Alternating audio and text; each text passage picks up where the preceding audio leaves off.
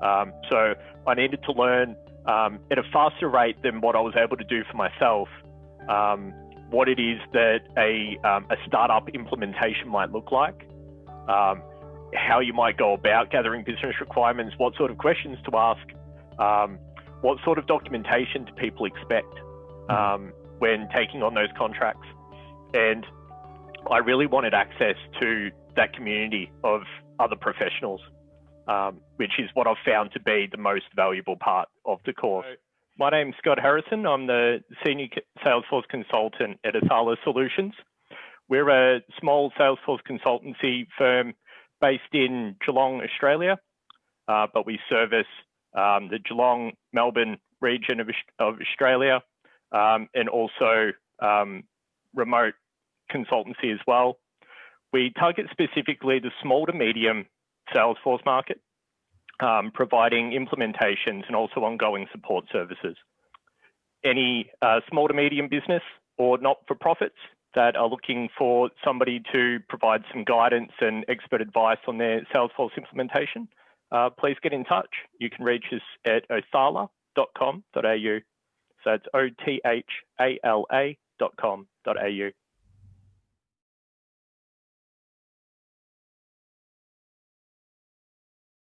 So Scott, you've been in our members only group and program for a few months now. I think we're sitting right at about 6 months you've been in the program, and you have had some success clearly, because I see you hanging out in the members only group and chatting with other members. So can you tell us a little bit about when you got started with Salesforce and sort of where that journey has taken you over the course of that period of time? As a young dad, I wanted to spend as much time with my kids as possible. And I'd seen Salesforce around for, a number of years. But the one thing that always stood out to me was that every job advert that you would see was asking for 1 to 2 years experience, which I'm sure a lot of people can relate to. Over the course of the early part of 2020, I got speaking to a number of recruiters in the Salesforce area and discovered Trailhead. Did my first Trailhead module in March and was instantly hooked by the relative ease, the depth and breadth of knowledge that it exposes you to, and the fact that it's entirely free. So I was very quickly racking up the badges there, getting as much knowledge and exposure as I could. Started looking at the certification route and planned to take my administrator exam within, a few months of that time. At the same time as I was learning on Trailhead and preparing for the exam, I started looking at the Ohana and the Salesforce ecosystem and just trying to get a better understanding of what was possible in Salesforce, and also who I might be able to meet that could provide some guidance and some exposure and help me get that foot in the door. So I was speaking to recruiters. I was speaking to a number of people that are quite prominent here in the Ohana in Australia, trying to get involved in some volunteer projects, but also looking further down the path towards where I want to be in a number of years. And part of that was freelancing. And I can't remember exactly where it was I came across you, Brad. It would have been either on LinkedIn or on YouTube, but I saw some of your material, was very interested in looking at what was available there, took a look at the course and looked at what it was offering, what was being charged for it. And I thought there was a bit of a gap there. It seems like he's offering a lot more than what he's charging. And so I made the jump into that, made the investment, started looking through the course materials and found that there was a lot of material there that I'd find helpful down along the path. And I found the best, what I got most out of the course material was the confidence to make that jump and take those steps. I had a rough idea of how I wanted to go about finding clients and what I wanted to do. But to hear that coming from somebody with as much experience as yourself, and that it had a proven formula that was working, I found that really advantageous. But then the real benefit of the freelance consulting course is the access to the private Facebook group, where you feel comfortable to speak to other people in a similar position to yourself. You know that it's a private group, so you can speak pretty frankly about where it is that you're at. Everybody's there for the same reason. They all want you to succeed. And you can learn from other people's questions, other people's mistakes. And it's just, whenever you post a success that you have, there's all of this support from other people that want to achieve in the same way that you have. Mm-hmm. Yeah, that's excellent. And I certainly appreciate that. Yeah. So coming into this, number one, I appreciate that. I'm hoping that the course, when I talk about it in videos like this, and when I talk about it on the YouTube channel and LinkedIn and things like that, my goal has always been to over deliver and under promise. And I think a lot of people look at Salesforce in general, the Salesforce space, as simply too good to be true. And then they look at the freelance space as even more of that. That's way too good to be true. And I think it's just luckily or fortunately one of those areas that it does seem too good to be true. And I agree with that. But the fact is it just is true.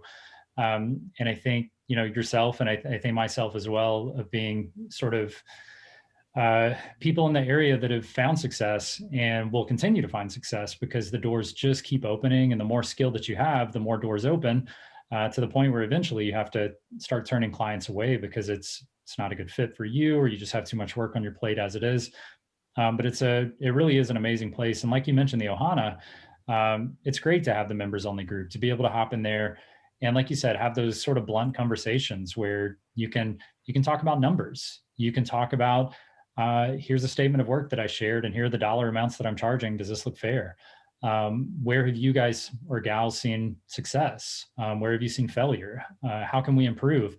And the truth is, it seems like, and we are to a degree, all competitors. Like, we're all looking to land the next freelance client.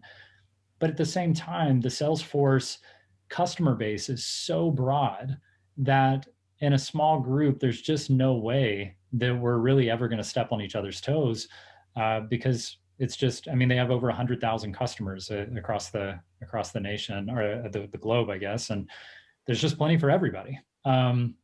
So coming into that, you mentioned that the course gave you some amount of confidence. The interesting thing that we've talked about, even before pressing record, is that we have, I believe now in the program, 5 or 6 different strategies for finding and securing clients. And one of the ways that you've had success is through one of the strategies that I actually enjoy the most, and that is volunteering for companies free of charge, and then converting them over to paying clients. And this is a great way to help companies that are in need, give back to the Salesforce Ohana, and at the same time, sharpen your skills. And then if you do the right thing and you do a great job, all of a sudden you're going to have paying clients. So would you mind talking a little bit about sort of how you were able to exercise that particular strategy? And then did you utilize the course documentation and materials to actually go through the process of getting that client in place?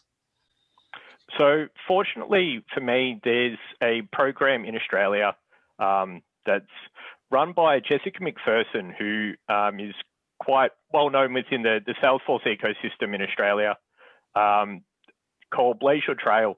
And she does a lot of work in, she's the CEO of her own charity in Melbourne. So I was fortunate enough to meet Jessica, got involved in her organization, and then got involved in another charity that were just getting started with Salesforce. And so I ran that implementation for them from start to finish, organized their licenses, gathered their business requirements, and implemented Salesforce.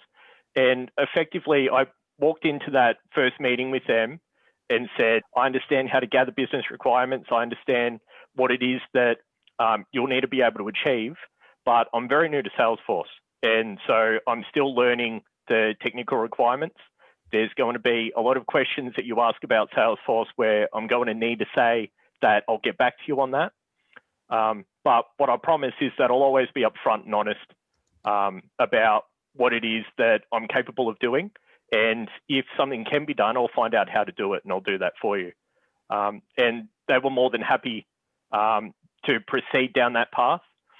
And so far, so good. We've worked really well together. I've really enjoyed working with them. They're using their Salesforce implementation to great effect now for a lot of their fundraising campaigns.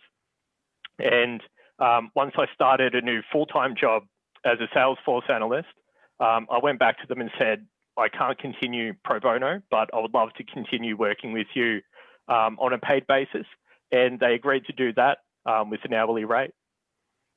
Yeah, that's excellent. So you mentioned something there that you took a full-time job as an analyst. So this is pretty impressive. So what you did was, it sounds like we take it back to the beginning of 2020.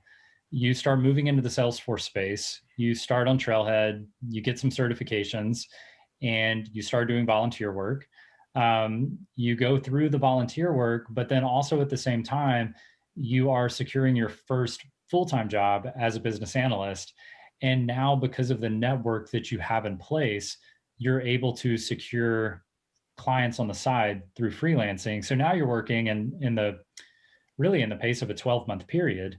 You've gone from getting started with Salesforce to landing clients on the side and securing a full-time job. So that's really amazing, and that's really impressive. Usually my advice to people is get the full-time job and then pick up the clients on the side. And you sort of took the opposite approach, which works just as well. So that's excellent that you've been able to pull that off. So I guess personally, do you plan to continue to build your independent consulting base? Is that sort of what's in the cards for you? I'm sure that might be more challenging and maybe enjoyable for some reasons. At the moment, I'm really focusing on building the brand and growing organically. I certainly don't want to market or advertise too much. In that I don't want to be taking on more clients than I can handle. I want to make sure that I'm bedding down the clients that I have, that I'm, exceeding their expectations in everything that I do. I'm really enjoying the full-time job that I'm doing now. I'm learning so much. I'm being exposed to things that I probably wouldn't be exposed to if I was just taking on clients. So I like having that, the situation that I'm in now, to really learn and have a little bit of stability whilst also having that additional, beginning growth in my business. And I just really want to balance that and make sure that I'm not taking on too much, and that I'm doing the best that I possibly can in what I'm currently doing before I take on more responsibility. Yeah, I mean, that's the mindset you really have to be successful long term. And it's really a crawl, walk, run approach. And you just have to get comfortable with what you already have before it's exciting to see some of those, checks come in and things like that, but you can't continue to stack it, or you're just going to burn yourself out. And if you're not serving your clients, then all you're going to do is tarnish your reputation pretty quickly. So yeah, it sounds like you're definitely coming at it from the right direction there. So what I guess is it that you were sort of out there and you were doing your own thing? It sounds like you were already doing some volunteer work through the Blazer on Trail, I think you mentioned, community there in Australia. And as you took that on, I guess something must have clicked for you to have come across the freelancing program and to think that this somehow might be valuable to you. So I guess as you came across that, what benefit stood out to you? I mean, what is it that you felt that you needed to take your freelance career to the next level? And do you feel like the program, properly aided you to that degree? Yeah, absolutely. So I always knew that eventually I wanted to be self-employed and in my own business. And, even prior to finding Salesforce, I was looking at doing that in my, past career. So finding Salesforce and deciding this is where I'm going to specialize and this is where I'm going to focus my efforts, I really just wanted that step up and that way to accelerate my learning. I already knew, essentially what it would take to start a consultancy and to start taking on clients. But Salesforce is a different beast to what small to medium business need in terms of their servers and their networks. So I needed to learn at a faster rate than what I was able to do for myself, what it is that a startup implementation might look like, how you might go about gathering business requirements, what sort of questions to ask, what sort of documentation do people expect when taking on those contracts. And I really wanted access to that community of other professionals, which is what I've found to be the most valuable part of the course. Sure. Yeah, that's excellent. So yeah, I'm definitely glad that I guess that we at least provided value to you. Hopefully more than what you had expected, and I hope that we can pull that off for everybody else as well. So I guess what would you say to people out there that have, they've got some Salesforce skill? I guess what this all comes back to is I see so many people in the Salesforce community, and I see people doing what I refer to as side hustles, and they're they might be dog sitting, or they might be Ubering, or they might be doing whatever else it is to try to spin up some side income. And to me, it's absurd because they already have this skill in their talent stack, and they've already got this ability that's right there in front of them, and it's a valuable and potentially lucrative skill to have. And if they would just freelance on the side a little bit, they would make considerably more money and have more flexibility than they would really doing anything else. But I think there's it's not scarcity, but there's a fear of, I'm not going to be able to land a client, or they have an imposter syndrome that, yeah, I can work, at my consulting company, or I can work for my full-time employer and I can do the job for them, but for some reason I won't be able to operate with some other company that I'm not aware of right now. I guess, what would you say to those people who are looking to, they're considering freelancing, they're watching a video like this and they're thinking, man, could I really do what Scott's doing? Could I really do what Brad's doing?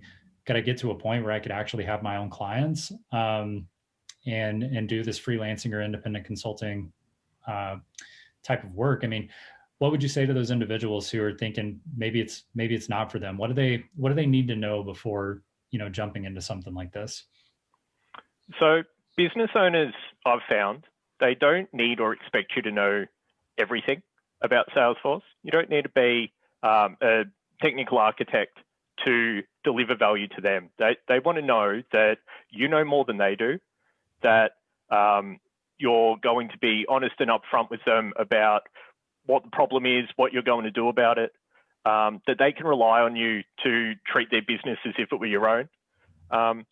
And so long as you're, reasonably experienced and technically capable, there are all sorts of Salesforce problems that these business owners are having and need solved that they're more than willing to pay you to fix for them. And the other thing is, we quite often get caught up in this idea that if we're working a full-time job or a part-time job, that we're only able to work between 9 to 5, and that our potential clients are going to expect us to work those hours. And I don't think that's the case. Business owners have obviously gone into business because they want flexibility in their lives. They have all sorts of other commitments outside of their 9 to 5 as well. So if you come along and say, I'm a professional, I'm an expert in Salesforce, I know what I'm doing, I can solve your problems, but I can only work between 6 p.m. and 8 p.m., I'm sure they're not going to have any problem with that, so long as the job gets done. So it's really just about having that confidence in your own ability and the willingness to go out there and say, if you have a problem, I can fix that problem for you. Let's negotiate the terms in which we'll do that. And I think if you do find those business owners that aren't willing to be flexible, move on, because there's going to be plenty that are more than willing to work with you in a way that is suitable. Yeah, I think you're spot on there, Scott. So it really is just one of these things where If we latch onto the first excuse that we come across, then we're probably never going to freelance, and we're probably never going to do much anything else either. So just, take those excuses, find a solution to overcome those obstacles, and you would be surprised at how successful you can be. And I think you are a, absolute, poster child or an idol to what you can accomplish in a year, and 2020 being a heck of a year by any standard. But what you've been able to accomplish in those 12 months, I mean, I can only imagine what you're going to do over the next 12 months. So it's going to be exciting. It's going to be a fun ride. I know that I've had a fun ride in the Salesforce space. Not to say it was easy, not to say that it wasn't a challenge, but certainly the inputs are well worth the return, I would say, at this point. So I guess anything else you would want to, to make sure to say to anyone listening to the video? Yeah, essentially, perseverance and persistence in Salesforce is probably the most important thing. Don't look at people like Brad or anybody else in the Ohana and assume that you need to be at their level before you can have success. Or even think that at the beginning of your journey that you have to be a technical architect in a couple of years, because it's simply not true. As long as you can put your best foot forward, put in the work. I put in many hours, probably 20 hours a week, whilst working a full-time job when I was first learning Salesforce. And those hours were difficult. You have to juggle family commitments, but at the end of the day, you're able to get that certification, and then that's that first step of credibility. And then work on building your network. Make sure that you're speaking to people, telling them who you are. Be honest about where you're currently at in your Salesforce journey, and you'll find that people are more than willing to give you a leg up. And don't be afraid to ask the question. If you think that you're at a position where you're capable of helping somebody with a problem, ask the question, make the offer. And, they can only say no. It's not going to do you any harm. It's just really experience for the next time you give it a shot. Yeah, I think that is excellent advice. Well, thank you so much for taking your time out, Scott, to come and talk to me about your journey. And I'm sure we'll be talking soon about more and more success that you're having. So thank you. Absolutely. Thanks, Brad. Appreciate the opportunity.